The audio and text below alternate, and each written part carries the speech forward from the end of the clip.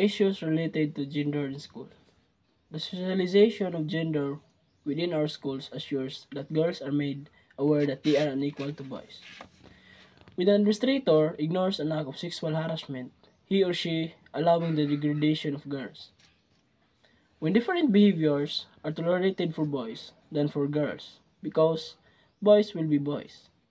Schools are perpetuating the oppression of females. There is some evidence that girls becoming more academically successful than boys. However, examination of the classroom shows that girls and boys continue to be socialized in ways that work against gender equity. Teachers socialize girls towards a feminine ideal. Girls are praised for being neat, quiet, and calm, whereas boys are encouraged to think independently, be active, and speak up. Girls are socialized in schools to recognize popularity as being important and learn that educational performance and ability are not as important. In this way, lot of issue creating gender bias in schools, like girls are believed that more active and knowledgeable than boys. In this section, focuses on some of the issues related to gender in school. Sexual abuse. Abuse is defined as to ill use, to misuse, or to insult. Adults use children to meet their own sexual needs and gratification. This includes intercourse, oral sex, fondling. Sexual abuse or assault, as defined in the Sexual Assault Prevention and Response Program Manual, is intentional sexual contact, characterized by use of force, threats, intimidation, and abuse of authority, or when the victim does not or cannot consent. Sexual abuse or assault includes rape, forcible sodomy, and other unwanted incident contact, like kissing against another person's will, that is aggravated, abusive, or wrongful, like to include unwanted and inappropriate sexual contact or attempts to commit these acts. Sexual abuse is against and punishable by the law because it is a violence which the attacker uses against someone they perceive as weaker than them, like abusing girls, women, and childs, where it is against their rights. Next is child sexual abuse. It's a form of child abuse in which a child abused for the sexual gratification of an adult or older adolescent includes direct sexual contact, the adult or otherwise older person engaging indecent exposure of the genitals, female nipples, etc. to a child with intent to gratify their own sexual desires or to intimidate or groom the child, asking or pressuring a child to engage in sexual activities, displaying pornography to a child or using child to produce child pornography. Effects of child sexual abuse include shame and self-blame, depression, anxiety, post-traumatic stress disorder, self-esteem issues, sexual dysfunction, chronic pelvic pain, addiction, self-injury, social ideation, borderline personality disorder, and propensity to revictimation in adulthood. Child sexual abuse is a risk factor for the attempting suicide. Much of the harm caused to victim becomes apparent years after the abuse happens.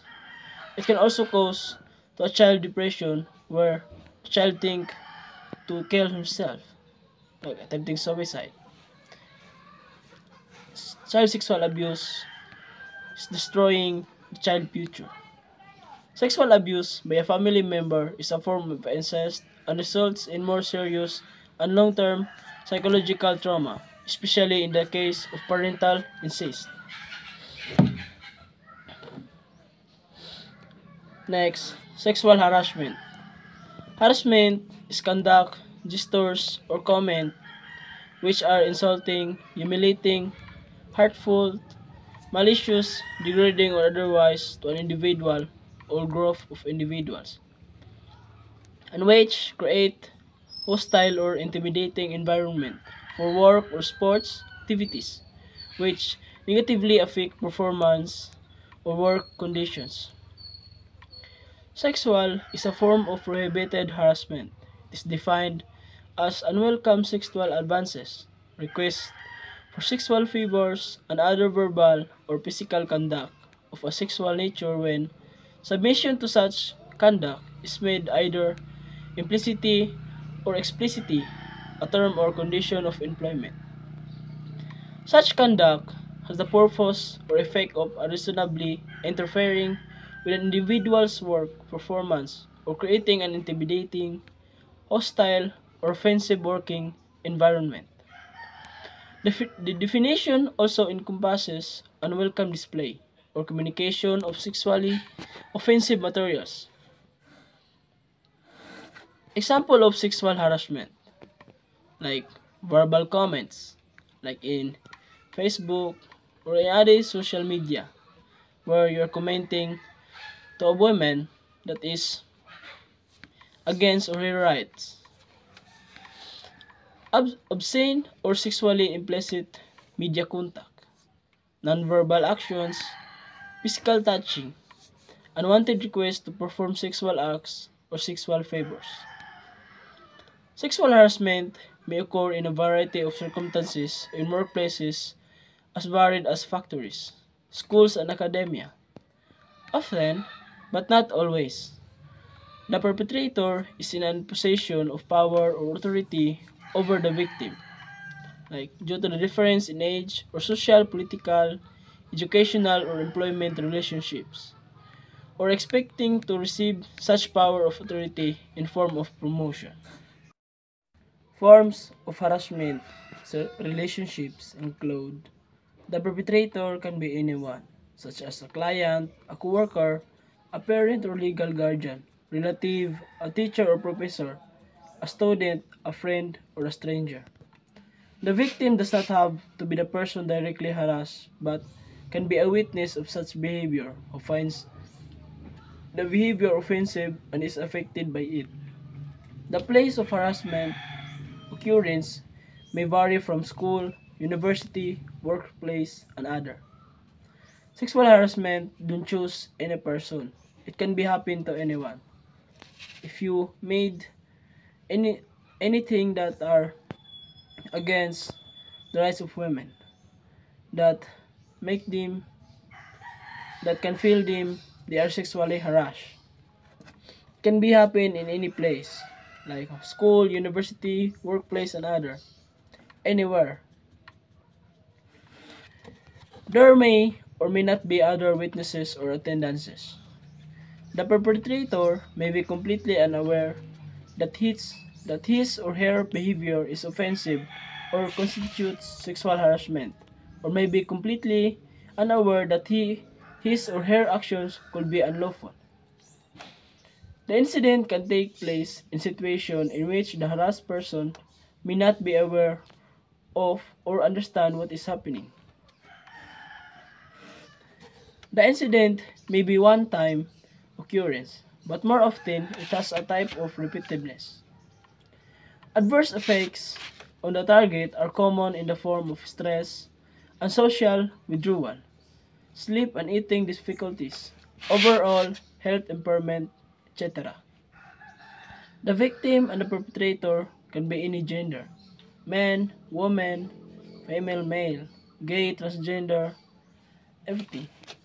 The perpetrator does not have to be of the opposite sex because male can do sexual harassment to male and female can do also do to females. Next is the perception of safety at school, home, and community. Schools are at the front line of child protection since they have the potential to both teach protective behaviors effectively and to a greater number of children than any other system, including parental instructions.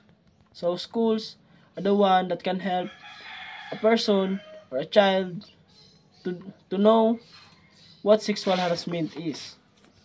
This is because a large part of the truly awake time of child's waking hours are spent at school. Besides, educators have a special role in combining child sexual abuse as they possess the knowledge, training, and opportunity to observe and respond to children's behavior and physical conditions over a period of time. The following way schools should prevent the child abuse in their circumstances. Ensure teachers, volunteers, and anyone else with access to children is properly screened and trained. Implement and enforce a policy for reporting child sexual abuse and handling disclosures from children. So schools are also the one who report child sexual abuse and disclosure from the children. Establish protocols and screening for school computer use. Provide training to students and teachers on acceptable use of computers. Assess your environmental structure and take every possible step to make it safer for children. So schools are one that able to protect children. Make certain campus security is in place so that all visitors are screened through the office and the unusual incidentally visitors are handled. So, campus security is the most important in school because they are one able to know a person who go inside the school is safe or making some incident. Provide programmers and rules for parents to make them as a part of their children's safety and security at school and while going to and from school. So they made programs to the parents to know how to keep their child safe in going to and from school. Choose or develop child safety programs for the school that are based on accepted educational theories, are appropriate for the child's age and levels of education and development, and are designed to offer concepts that will help children build self-confidence in order to better handle and protect themselves in all types of situations. So, they develop child safety programs that can that can made the children to have to build self-confidence and handle and protect themselves in all type of situation like sexual abuse or child sexual abuse and sexual harassment. Safety planning and design for women and girls is important because it creates public spaces where women and all users have equal opportunity to be healthy, secure, and happy. So the most important thing is everything have equal opportunity. Men, women, child, etc. Safety planning and design for girls around the world exercising the right to education can be full of risk. They are at risk from violence on the journey to and from school and in the classroom itself.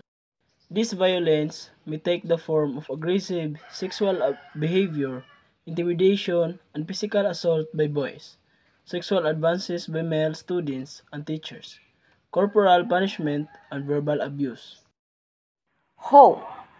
As a parent, you are the most important adult in your child's life and to whom your children look up. We understand that you care for your children and while concerned about your safety. Unfortunately, cannot always ensure it, but you can equip them with information and skills to build self-protective behavior. The most important factor of your children's protection is a strong self-esteem. Let them know how important they are to you. Be available when they need to talk to. Be honest and open with them when they ask difficult questions. And always believe what child tells you, no matter how unavailable or difficult to understand it is. Talking about sexual abuse with your child may seem difficult, but the possible consequences of not talking with your child are even worse. That may be sexually abused and not know where to turn for help. The following are some of the preventive safety in your children's life. Number one, encourage to talk about their day. Children cannot be expected to understand when it is okay to say no or to run away from an adult. Would be confusing. Instead, build trust by regularly talking to them about their day. Make them feel comfortable raising any topic. Then, if your kids report any unacceptable behavior by others to you, it is your responsibility to take action. Number two, become educated on sexual abuse. Get familiar with the fact. It is vital for you to educate yourself about sexual abuse. Look for red flags. Sex offenders often are groomed parents and children to gain their trust. They can be very slick and fool you into thinking they are trustworthy. But there is always a red flag that is just a little bit unusual. For instance, if an adult has many toys and video games in his house, and several local kids go there every day, this is a possible red flag. If he doesn't seem to have any adult friends or activities, this is a bigger red flag. Check this person out. Have a conversation with him. If possible, if he is on a sex offender registry, report him to the authorities. Number four, know where your children are and who are with all the times. Know your children's friends and their parents. Make sure they are reliable before you allow your child to spend time at their house. Number five, teach children that the danger may come from someone they trust.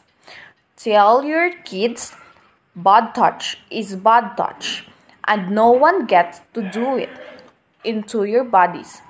If anyone does bad touch, you go to a grown up for their help. When you are not sure about whether something a grown up is doing is okay, ask another grown up to help you. Now, let's proceed to community. Community also influences lot and development of the surroundings children's growth. The following are some of rules of community to prevent the child abuse. Second, know learning more about child rights and child sexual abuse can help you ensure the safety of children in your family, your neighborhood, and your community. Third, talk. Talk to your colleagues, friends, relatives, and family about the problem. Help break the silence around child sexual abuse. Fourth, observe, be alert to the behavioral and physical indicator of sexual abuse in children. Don't just hear children's voices, listen to them. And lastly, help. If you are suspect a child of being abused, assess the child. In addition, about community, advocate. Ask your child's school to incorporate personal safety curriculum and to implement a school child protection policy. And involve. Volunteer your time and resources to organization working against child sexual abuse. Gender and hidden curriculum. Sociologists would argue that although there are clear biological differences between the male and female sexes, gender rules are behaviorally influenced by processes of socialization operating in family, the school, the mass media, and etc. With regard to the formal education system, it is necessary to distinguish between the formal curriculum of the individual academic subject and the hidden curriculum, which is a set of values, attitude, and norms that its implicitly conveyed to pupils by teachers' action and the organizational processes operating inside the schools.